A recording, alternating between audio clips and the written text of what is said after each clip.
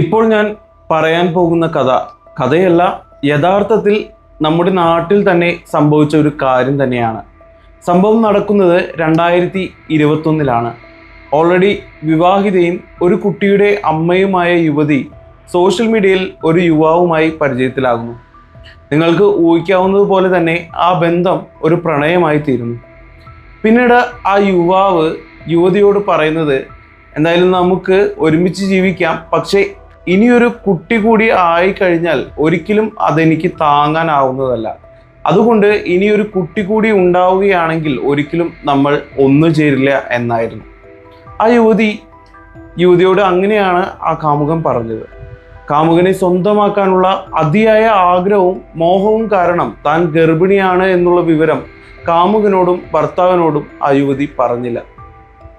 ഗർഭിണിയാണ് എന്നുള്ള വിവരം ആരെയും അറിയിക്കാതെ അവൾ അത് കൊണ്ടു നടന്നു. തൻ്റെ കൂടെ ജീവിക്കുന്ന ഭർത്താവിനെ വളരെ വിദഗ്ധമായി തന്നെ അവൾ പറ്റിച്ചു. ജനുവരി 4 ഈ ഒരു യുവതിക്ക് പ്രസവവേദന അനുഭവിച്ചു.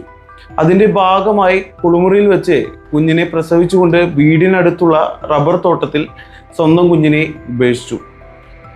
ഒന്നും അറിയാത്തതുപോലെ ഭർത്താവിൻ്റെ അടുത്ത് വന്ന് കിടക്കുകയും ചെയ്തു. ഭർത്താവാണ് കുഞ്ഞിനെ ആദ്യം കണ്ടത്. പുലർച്ചെ കരച്ചിൽ കേട്ട് റബ്ബർ തോട്ടത്തിൽ പോയപ്പോഴായിരുന്നു കരിയില മൂടിയ നിലയിൽ കുഞ്ഞിനെ കണ്ടത്. ഉടൻ പോലീസിനെ വിവരമറിയിച്ചു. പോലീസ് എത്തി കുഞ്ഞിനെ ആദ്യം കൊല്ലം മെഡിക്കൽ കോളേജിലേക്കും അവിടെ നിന്ന് SITയിലേക്കും മാറ്റി. വെന്റിലേറ്ററിലാക്കിയെങ്കിലും കുഞ്ഞിൻ്റെ ജീവൻ രക്ഷിക്കാനായില്ല. കുഞ്ഞ് മരിച്ച് 3 ആഴ്ചയ്ക്ക് ശേഷം സമീപത്തെ സ്ത്രീകളെ പോലീസ് വൈദ്യ പരിശോധനയ്ക്ക് വിധേയമാക്കി. എന്നാൽ പ്രസവിച്ച് 2 ആഴ്ചയ്ക്ക് ശേഷം മാത്രമേ പ്രസവം നടന്നോ എന്ന് കണ്ടെത്താനാകൂ. ഇത് യുവതിക്ക് വളരെയധികം സഹായമായി. എന്നാൽ പിന്നീട് പോലീസ് നടത്തിയ DNA പരിശോധനയിൽ യുവതി കുടുങ്ങി. മരിച്ച കുഞ്ഞ് യുവതിയുടേതാണെന്ന് പരിശോധനയിൽ കണ്ടെത്തി. അതിനുശേഷം ഈ ഒരു സ്ത്രീയുടെ അറസ്റ്റും പോലീസ് രേഖപ്പെടുത്തി. സ്വന്തം കുഞ്ഞിനെയാണ് ഒരമ്മ ഇത്രയും ക്രൂരമായി കൊലപ്പെടുത്തിയത്. അപ്പോഴും കാമുവിൻ്റെ കാര്യത്തിൽ ഒരു തീരുമാനമായിട്ടുണ്ടായിരുന്നില്ല. അപ്പോഴാണ് അവിടെ വലിയൊരു ട്വിസ്റ്റ് സംഭവിക്കുന്നത്. ഭർത്താവിൻ്റെ സഹോദരൻ്റെ ഭാര്യയും അതായത് ഈ യുവതിയുടെ ഭർത്താവിൻ്റെ സഹോദരൻ്റെ ഭാര്യയും സഹോദരിയുടെ മകളുമാണ് വ്യാജ സോഷ്യൽ മീഡിയ അക്കൗണ്ടിലൂടെ ഈ യുവതിയോട് ചാറ്റ് ചെയ്തത്.